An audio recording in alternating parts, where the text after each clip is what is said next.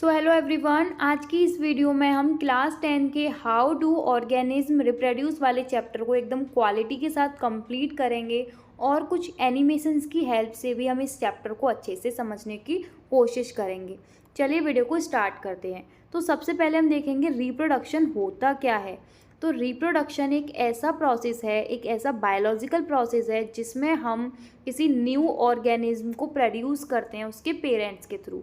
जैसे हमारे पेरेंट्स ने हमें प्रोड्यूस किया, और भी पेरेंट्स होते हैं जैसे एनिमल्स हो गए, प्लांट्स हो गए, सब अपने अपने तरीके से अपने अपने ऑर्गेनिज्म को रिप्रोड्यूस करते हैं जो जैसा होता है। अब एनिमल का बच्चा एनिमल के बच्चे को ही जन्म देगा, जैसे डॉग होते हैं वो डॉग के बच्चे को ही जन्म देंगे, ह्यूमंस होते हैं वो ह्यूमन के बच्चे को ही जन्म देंगे। तो सब अपने अपने बच्चों को अपने अपने तरीके से रिप्रोड्यूस करते हैं। अब ये प्रोसेस क्यों ज़रूरी है, तो ये लाइफ में स्पीसीज़ की कंटिन्यूसी बनाने के लिए ज़रूरी होता है। एक जनरेशन से दूसरी जनरेशन को बढ़ाने के लिए रिप्रोडक्शन का प्रोसेस ज़रूरी है। अब जैसे हमने लाइफ प्रोसेस में कुछ प्रोसेस को पढ़ा था, जैसे न्यूट्रिशन, रेस्पिरेशन, ट्रांसपोर्टेशन, एक्सक्रीशन, ये सारे जो प्रोसेसेस थे वो लाइफ को चलाने के लिए ज़रूरी थे। ऐसा रिप्रोडक्शन में नहीं है। रिप्रोडक्शन हमारी लाइफ को चलाने के लिए ज़रूरी नहीं है। हम रिप्रोडक्शन करें ना करें ये हमारी मर्जी है, पर आगे की जनरेशन को बढ़ाने के लिए रिप्रोडक्शन का टॉपिक बहुत ज़्यादा ज़रूरी है। ये प्रोसेस बहुत ज़्यादा ज़रूरी होता है। आगे बढ़ते हैं। रिप्रोडक्शन के कितने टाइप्स होते हैं, तो रिप्रोडक्शन के दो टाइप होते हैं। एक होता है असेक्सुअल रिप्रोडक्शन और दूसरा होता है सेक्सुअल रिप्रोडक्शन। असेक्सुअल रिप्रोडक्शन वो प्रोसेस है जिसमें एक सिंगल पेरेंट इन्वॉल्व होता है और वो एक नए ऑर्गेनिज्म को जन्म देता है। सेक्सुअल रिप्रोडक्शन में दो पेरेंट्स इन्वॉल्व होते हैं और वो मिलके किसी दूसरे एक नए ऑर्गेनिज्म को लाइफ प्रोवाइड करवाते हैं। अब असेक्सुअल रिप्रोडक्शन के बारे में डिटेल में बात करते हैं। असेक्सुअल रिप्रोडक्शन में क्या होता है, this type involve only one parent. मैंने जैसे कि बताया कि इसमें सिर्फ एक पेरेंट का इन्वॉल्वमेंट होता है और इसमें किसी भी गैमेट्स का फ्यूज़न नहीं होता है। अब ये गैमेट्स क्या होते हैं इसे हम सेक्सुअल रिप्रोडक्शन में डिटेल में पढ़ेंगे कि क्या होता है मेल गैमेट, क्या होता है फीमेल गैमेट, फिर इनका फ्यूज़न होता है और किसी जाइगोट का फॉर्मेशन होता है। ये प्रोसेस असेक्सुअल रिप्रोडक्शन में नहीं होता है क्योंकि इसमें सिर्फ एक ही पेरेंट का इन्वॉल्वमेंट होता है। इसमें जो ऑफस्प्रिंग्स होते हैं, जो ऑर्गेनिज्म प्रोड्यूस होते हैं, वो अपने पेरेंट्स की आइडेंटिकल कॉपी होते हैं। जैसा पेरेंट सेल होगा वैसा ही जो नया इंडिविजुअल बना है वो एकदम सेम टू सेम अपने पेरेंट की तरह ही दिखेगा। अब हम लोग सेक्सुअल रिप्रोडक्शन के थ्रू आए हैं तो हम अपने पेरेंट्स की एग्जैक्ट कॉपी नहीं होते। थोड़े बहुत उनसे जीन्स की वजह से हम मैच करते हैं कि वो मम्मी पे गया है या फिर पापा पे गया है, तो वो भी हम पढ़ेंगे सेक्सुअल रिप्रोडक्शन में कि हम अपने पेरेंट्स में थोड़े बहुत हम उनसे मिलते क्यों हैं और हम उनकी एग्जैक्ट कॉपी क्यों नहीं होती, क्योंकि हमारे अंदर वेरिएशन आ जाता है। वेरिएशन कैसे आता है, क्यों आता है, क्यों, क्या ये अच्छा होता है या बुरा होता है, इसे हम सेक्सुअल रिप्रोडक्शन में पढ़ेंगे। बट मैं आपको इसलिए बता रही हूँ क्योंकि ऐसा कुछ भी असेक्सुअल रिप्रोडक्शन में नहीं होता है, इसमें कैसा भी कोई भी वेरिएशन नहीं आता है। इस वजह से जो पेरेंट ऑर्गेनिज्म जो पेरेंट होते हैं और जो न्यू इंडिविजुअल बनते हैं वो एक दूसरे की एकदम एग्जैक्ट कॉपी ही होते हैं। अब असेक्सुअल रिप्रोडक्शन काफ़ी सारे मोड्स के थ्रू होता है। सब लोग काफ़ी सारे जो ऑर्गेनिज्म होते हैं वो अलग अलग तरीके से रिप्रोडक्शन करते हैं। First fission, budding, fragmentation, regeneration, spore formation, vegetative propagation. ये 6 टाइप एनसीईआरटी में आपके दे रखी है और इन सबको डिटेल में हमें पढ़ना है। सबसे पहले हम पढ़ेंगे फिजन को। फिजन के भी आपके 2 टाइप होते हैं, एक होता है बाइनरी फिजन और एक होता है मल्टीपल फिजन। फिजन का मतलब क्या है, जब कोई एक सेल 2 सेल में या फिर बहुत सारे सेल्स में डिवाइड हो जाता है तो उसे हम फिजन बोलते हैं। अब बाइनरी फिजन में एक सेल 2 सेल्स में 2 आइडेंटिकल डॉटर सेल्स में डिवाइड होगा और मल्टीपल फिजन में जो एक पेरेंट सेल होगा वो बहुत सारे काफ़ी सारे सेवरल डॉटेड सेल्स में डिवाइड हो जाएगा। इन दोनों में सिर्फ इतना ही फ़र्क है, बाइनरी में 2 सेल्स और मल्टीपल में मोर देन 2 सेल्स, 2 से ज़्यादा सेल्स। तो फिजन का यही है। फिजन में हम पढ़ते हैं बाइनरी फिजन कौन से ऑर्गेनिज्म आपका शो करते हैं, तो इसमें आता है आपका अमीबा। अमीबा क्या करता है, ये आपने अमीबा का स्ट्रक्चर देखा ही होगा पहले बहुत बार।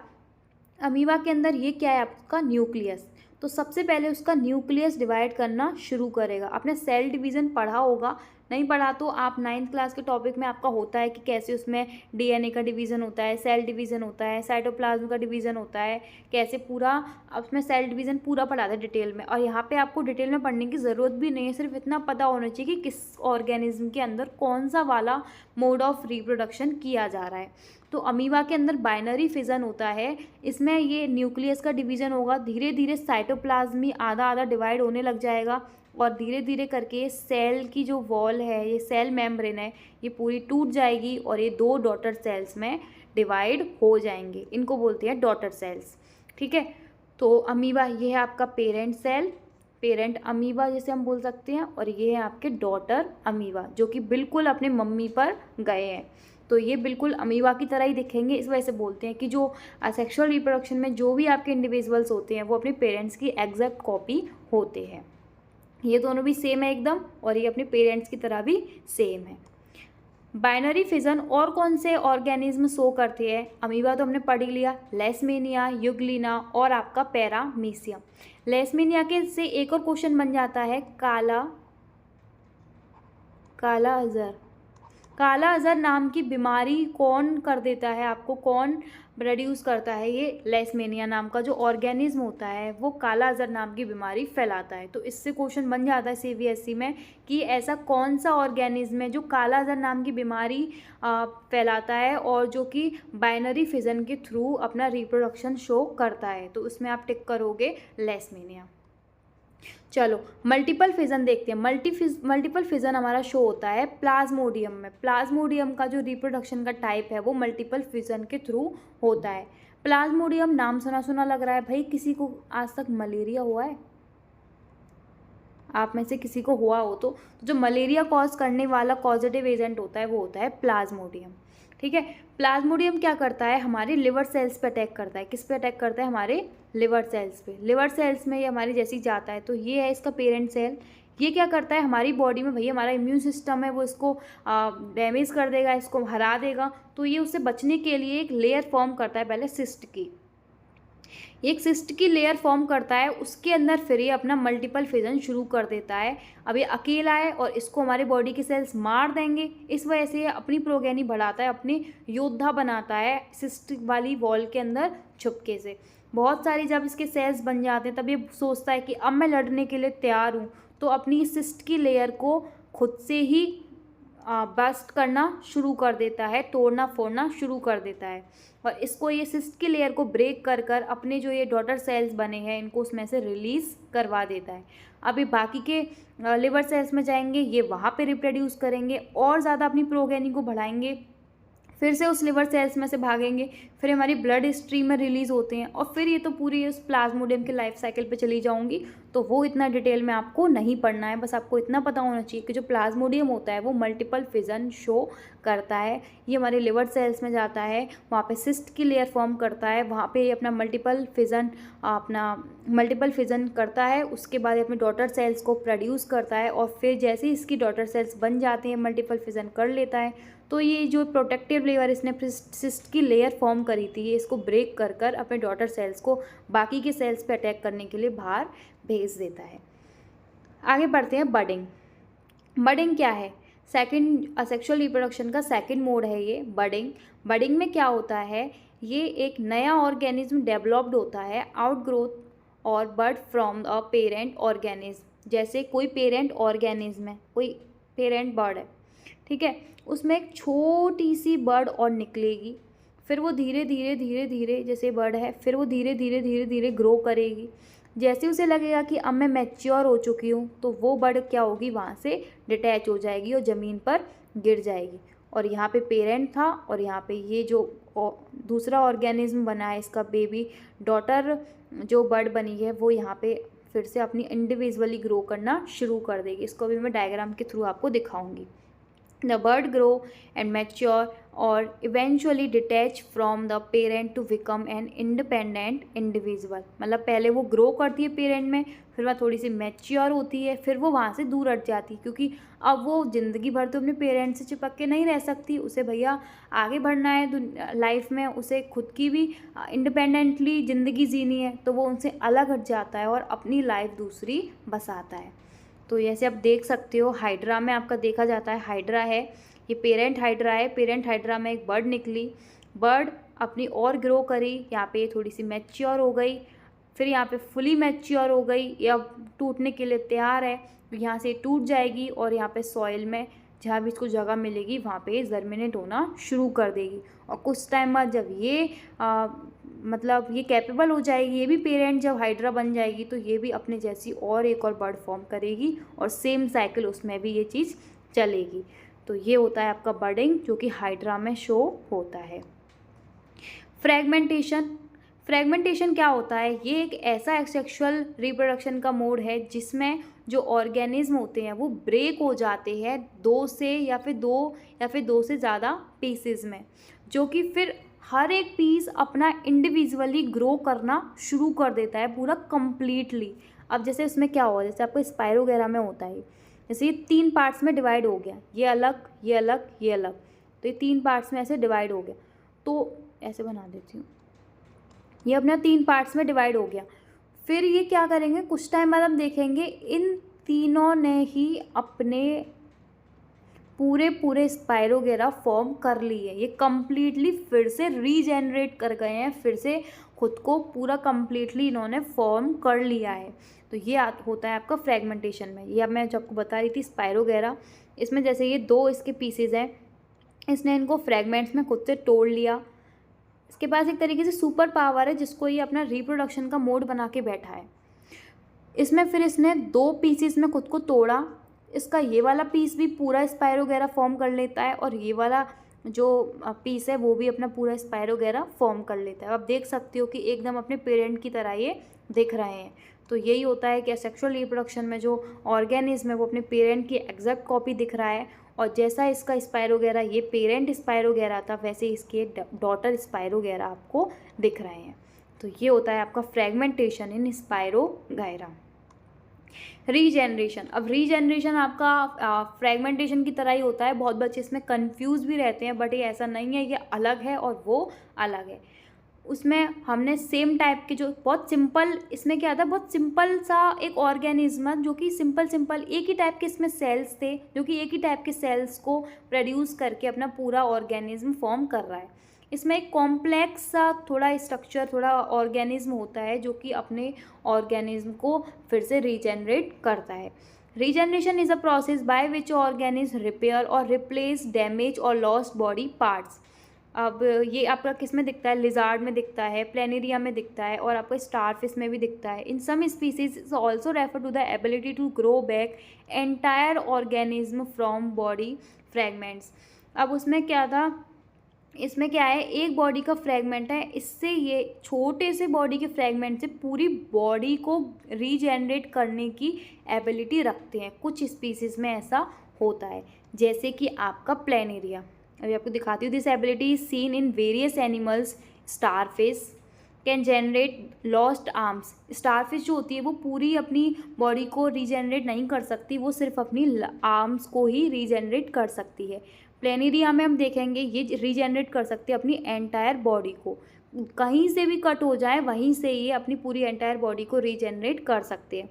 अब ये आपका प्लेनेरिया है, प्लेनेरिया का यहाँ से सर कट गया और यहाँ से पूंछ कट गई, मिडिल पार्ट इसका भी प्रेजेंट है। उस टाइम बाद आप देखोगे कि इसका जो हेड है, जैसे यहाँ से इसका हेड कटा था, तो इसका जो हेड है वो भी यहाँ पे रीजनरेट हो जाएगा पूरा अच्छे से। ये हेड इसका आ गया तो इसकी पूरी बॉडी फॉर्म हो गई। यहाँ से आप देखोगे इसकी जो टेल थी वो रीजनरेट हो गई और यहाँ से पूरा प्लेनेरिया बन गया। तो एक प्लेनेरिया से 2 प्लेनेरिया बन गए जब वो 3 पार्ट्स में कट गया था। आप देखोगे कि अभी इसमें मिडिल वाला पार्ट नहीं किया है। अगर कहीं कहीं पे आप देखोगे कि जैसे प्लेनेरिया इसके 3 पार्ट हुए हैं, तो ये तीनों पार्ट अपना इंडिविजुअली पूरा प्लेनेरिया ग्रो कर लेंगे और आपके 3 प्लेनेरिया इसमें बन सकते हैं। लिजार्ड में आप देखते हो, लिजार्ड का ये असेक्सुअल रिप्रोडक्शन, इसका रिप्रोडक्शन का मोड नहीं है, ये तो शायद सेक्सुअल रिप्रोडक्शन ही करती हैं लिजार्ड, बट इनका असेक्सुअल रिप्रोडक्शन का मोड नहीं है ये। सिर्फ इनकी तो पूंछ कट जाती है, आपने देखा होगा किसी छिपकली की पूंछ कट जाती है, कुछ टाइम के बाद वो फिर से रीजेनरेट हो जाती है। तो इनकी सिर्फ पूंछ वाला जो पार्ट है ना, टेल वाला पार्ट, वही रीजेनरेट कर सकता है। ये अगर इनका मुंह कट गया है, फिर कोई हैंड या फिर लेग ये कुछ कट जाए तो ये रीजेनरेट नहीं कर सकती। सिर्फ इनका ये पूंछ वाला पार्ट है वही रीजेनरेट कर सकता है, और सिर्फ एक बार ही रीजेनरेट कर सकता है। अगर दोबारा से इनकी वापस से ये वाली, अब जैसे ये एक बार रीजेनरेट कर गया और अगर ये वापस से कट गई तो फिर वो रीजेनरेट नहीं कर पाएगी। इनके पास ये मैजिकल पावर सिर्फ लाइफ में एक बार ही इनको मिलती है, और इनका रिप्रोडक्शन का पार्ट नहीं होता, ये तो सिर्फ रीजेनरेट करती हैं, इस वजह से इसमें इसको कंसिडर कर लिया गया है। स्टारफिश में हाँ रिप्रोडक्शन का पार्ट है, क्योंकि देखो इसमें क्या हुआ है, ये दो पार्ट में डिवाइड हुई। अब इस पार्ट ने भी पूरी स्टारफिश फॉर्म कर ली और इस वाले बड़े वाले पार्ट ने भी पूरी स्टारफिश फॉर्म कर ली। तो इसमें एक स्टारफिश से दो स्टारफिश बनी है, इस वजह से इसमें रिप्रोडक्शन का ये टाइप है। इसमें एक प्लेनेरिया से दो प्लेनेरिया बने हैं, इट मीन्स ये भी रिप्रोडक्शन का इसमें टाइप है। छिपकली में सिर्फ उसकी पूंछ कटी और वो वापस से आ गई। अगर इसमें होता कि इस वाले पार्ट से पूंछ आ जाती और इस वाले पार्ट से इसकी पूरी बॉडी बन जाती और ये दो छिपकली बन जाती, तो इसको हम कंसीडर करते as a reproduction in lizards. ठीक है, तो रीजेनरेशन जो प्रोसेस होता है वो प्लेनेरिया और स्टारफिश में होता है, लिजार्ड में इनको कंसीडर नहीं किया जाता है। स्पोर फॉर्मेशन आपका राइजोपस में होता है, इसको पढ़ते हैं। इसमें क्या होता है, spore formation is a method of asexual reproduction where the specialised reproductive cells called spores are produce. Spore में आपका आ रहा है स्पोर फॉर्मेशन में, तो ये स्पोर की मदद से दूसरे आपके ऑर्गेनिज्म प्रोड्यूस होते हैं। These spores are often highly resistant to environmental conditions. ये बहुत ज़्यादा हाईली रेजिस्टेंट होते हैं, जो भी इन्वायरमेंट में जो भी कंडीशन है ये उसको अच्छे से उसको रजिस्ट कर सकते हैं, ये किसी भी कंडीशन में यहाँ पे ग्रो कर सकती है। Can grow into new individuals, ये ग्रो कर सकती है न्यू इंडिविजुअल्स में जब इनको इनकी फेवरेबल कंडीशन मिलती है। ये हाईली रजिस्ट होते हैं, ये नहीं डरते मुश्किलों से, पर जैसे ही इनको कोई अच्छा मौका मिलता है तो ये न्यू इंडिविजुअल्स में क्या हो जाते हैं, डेवलप्ड हो जाते हैं। इन राइजोपस में आपका स्पोर फॉर्मेशन होता है। तो सबसे पहले उसमें क्या प्रोसेस होता है, फॉर्मेशन ऑफ स्पोरेंजिया। स्पोरेंजिया मैं आपको दिखाऊंगी अभी डायग्राम के थ्रू। ये स्पोरेंजिया जैसे हो गया, इसके अंदर आपके स्पोर्स बनते हैं, बहुत सारे स्पोरेंजिया, जब प्लूरल फॉर्म को हम बोलते हैं स्पोरेंजियम, जैसे ये राइजोपस है, बहुत सारे ये हो गए स्पोरेंजियम, सबके अंदर क्या है, स्पोर्स प्रेजेंट है। Each sporangium contain numerous of spores, काफ़ी सारे स्पोर्स एक ही स्पोरेंजियम के अंदर प्रेजेंट होते हैं। आगे बढ़ते हैं, maturation and release. Inside the sporangium spores developed and mature. अब जैसे ये स्पोरेंजियम है, इसके अंदर ये जो स्पोर्स होंगे ये मैच्योर हो जाएंगे और ये ग्रो करना शुरू कर देंगे, और जैसे ही ये फुली मैच्योर्ड हो जाते हैं तो ये जो स्पोरेंजियम है ये अपने आप ही क्या हो जाता है, बस्ट हो जाता है। क्या हो जाता है, बस्ट हो जाता है। तो जैसे ये बस्ट होता है तो ये क्या हो जाता है, जो स्पोर्स होते हैं वो यहाँ से रिलीज़ हो जाते हैं और ये इन्वायरमेंट में फैल जाते हैं। कुछ आपके पानी में जाके गिरेंगे, कुछ हवा में, कुछ आपकी ज़मीन पर जाके गिर जाएंगे सॉइल में। तो ये अलग अलग जगह आपके पूरे चारों ओर फैल जाते हैं, spores into environment. Germination. When a spore lands in a suitable environment, it germinates, growing into a new sporangia and repeating the cycle. अब जैसे ये ज़मीन पर गिरे तो अब इनको कोई फेवरेबल कंडीशन मिलेगी, इनको लगेगा कि ये ग्रो कर पा रहे हैं, अच्छे से बारिश आई, आराम से इनको सॉइल से भी न्यूट्रिएंट्स अच्छे खासे मिल गए, सनलाइट मिली, तो सब इनको मिल गया, फेवरेबल कंडीशन मिल गई, तो ये यहाँ अपने फिर से स्पोरेंजिया फॉर्म करना शुरू कर देंगे और वो अपने आगे लाइफ को बढ़ाएंगे और ये साइकिल रिपीट होती रहेगी। अब इसमें स्पोर्स बनेंगे, वो फिर मैच्योर होंगे, ग्रो होंगे, फिर जब वो फुली मैच्योर हो जाएंगे तो ये अब बस्ट होगी और फिर वो फिर से किसी जगह पर गिरेंगे और वो भी अपने न्यू इंडिविजुअल्स को फॉर्म करेंगे। तो इस तरीके से ये स्पोर फॉर्मेशन की साइकिल चलती है। डायग्राम की हेल्प से आप इसमें देख सकते हो, ये आपका स्पोरेंजियम हो गए, ये आपका इसमें स्पोर्स हो गए, और जैसे ही ये मैच्योर हो जाते हैं तो जैसे इस तरीके से बस्ट आए और ये चारों ओर फैल जाते हैं। अब ये जो ज़मीन में गिरेंगे, ये इनको जैसे ही सिचुएबल कंडीशन मिलेगी, इनकी फेवरेबल कंडीशन मिलेगी, तो ये उसमें ग्रो कर जाएंगे। तो इस तरीके से राइजोपस में स्पोर फॉर्मेशन का प्रोसेस होता है। अब पढ़ते हैं हम vegetative propagation. It is a form of asexual reproduction in plant where new individuals are produced from vegetative parts of a parent plant rather than from seeds. अब क्या होता है, हम किसी प्लांट को लगाते हैं तो हम सीड्स का यूज़ करते हैं। इसमें क्या करते हैं, हम कुछ प्लांट्स के पार्ट्स को ही यूज़ करके न्यू इंडिविजुअल को ग्रो करवाते हैं। इसमें हम सीड्स का यूज़ नहीं करते हैं।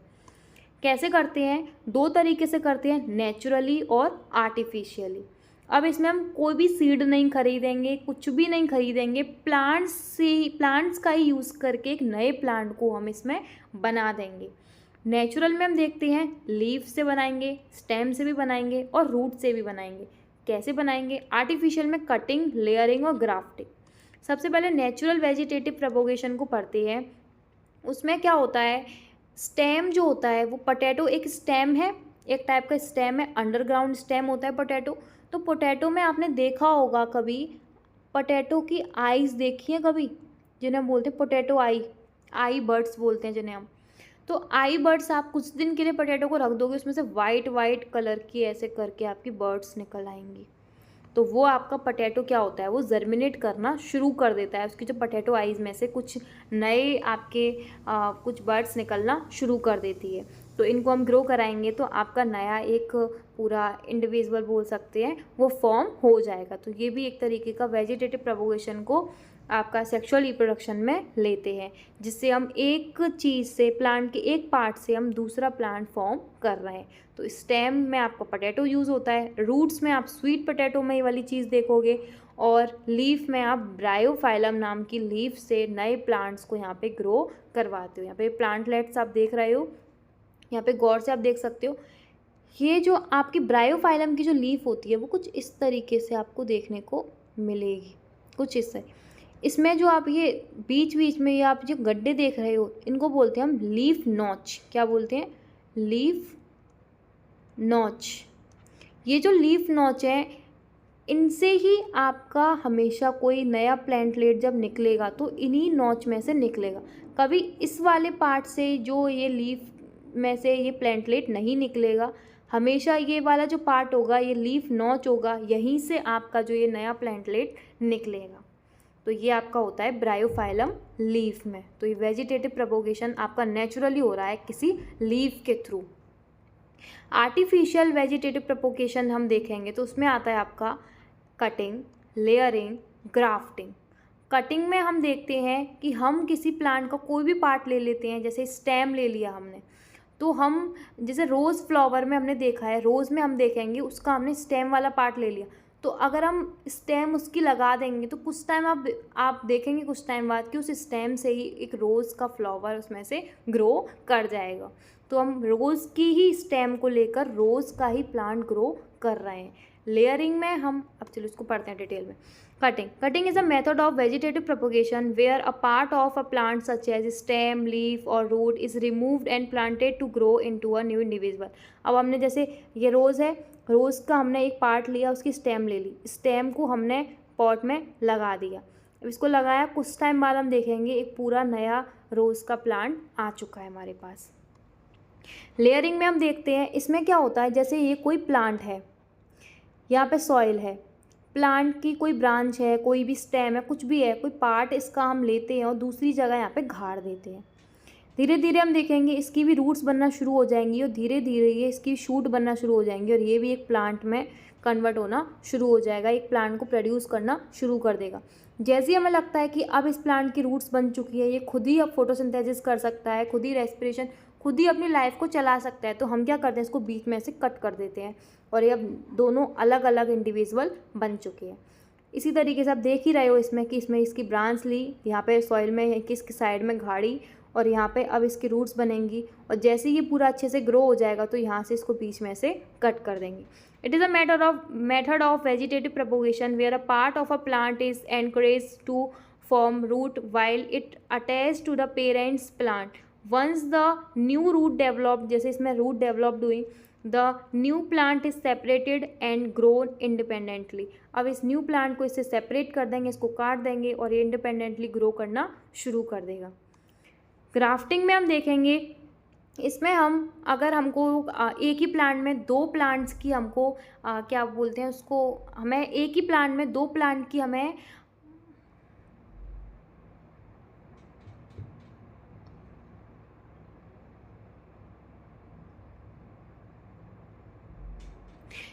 ग्राफ्टिंग में हम देखते हैं, इसमें एक ऐसी टेक्निक है जिसमें हम दो प्लांट को ज्वाइन कर कर एक ही प्लांट में उसकी कैटेगरीज को रखते हैं. जैसे दो प्लांट को जब हमें एक ही प्लांट में ग्रो करवाना हो तो हम ग्राफ्टिंग वाला प्रोसेस शो करते हैं.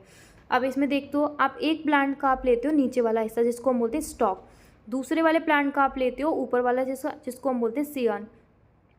अब इसमें क्या होगा, दोनों हिस्सों को हम टाइटली एक कपड़े से बांध देते हैं जिससे कि वो निकले ना, दोनों एकदम से अच्छे से.